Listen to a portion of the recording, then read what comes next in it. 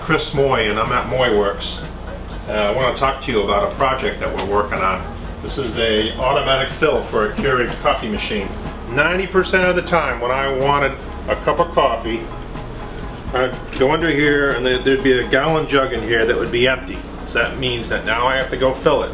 And basically, if you want to know how far I would have to go, walk to our shop. This is Joe, by the way.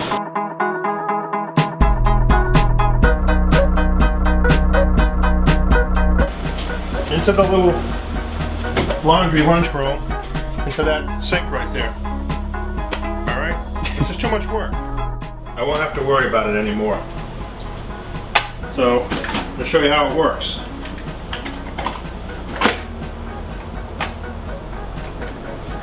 You push the button, as you normally do.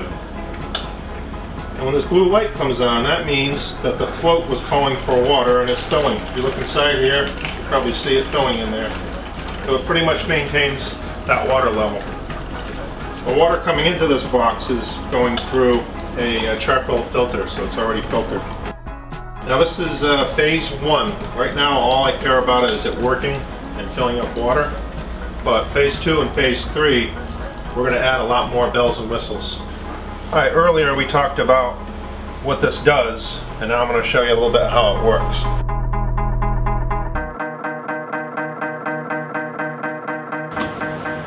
We'll get back to the front of this cover. I'm just going to lay this down like that. Okay, I don't know if you can see inside, but what we have is, this is water coming in, this ball valve right here, and right now it looks a little bit hokey. In the phase 2 and phase 3, this is going to be all stainless steel hard tubing mounted like I would do if I was on a job and getting paid a lot of money to do it. Right now this is just for fun, but I plan on doing a first class job on that. So anyways, city water comes in right here and it stops at this valve. It's a 120 volt solenoid. And it's stopping there, and what's happening is it's waiting for the float to have a demand for water. When it falls down, it sends low voltage to this relay, and when this relay closes, it opens up the solenoid valve. Okay? If you look at these two hoses here, one hose, this one right here, it's just the wires feeding the float. And when it comes through this bulkhead connector here, it then supplies the power to the relay. The other one is the discharge side of the solenoid valve. When the valve finally opens, it will fill the reservoir. I put in this little manual button that will manually override. You see it filling right now. I haven't needed to use that, but I thought I would put it in there just in case. Okay. So I tried to keep it simple. I thought it would look cool with a couple of gauges on there.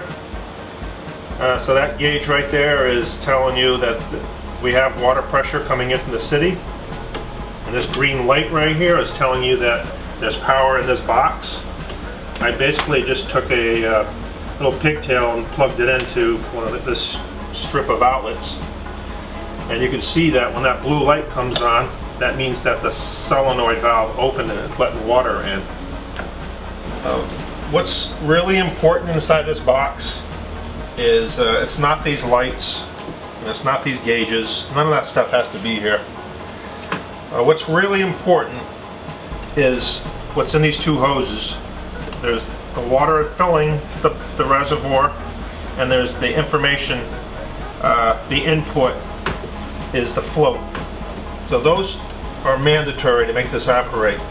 And that relay inside here, I have a solid state relay. It doesn't have to be one, but I didn't want any moving parts in there, so I went with a solid state. Probably cost me 30 bucks for that relay. That's important. And this solenoid valve, it happens to be FDA approved. I wouldn't have cared if it was or not, but I found an FDA approved one. And these are used for coffee makers, the commercial ones that make up water all by themselves. This is the valve that would go in it. So that is needed, but all the other stuff is not that important. All right? So if you're going to build one, you want to save some money, don't go crazy with all this other crap.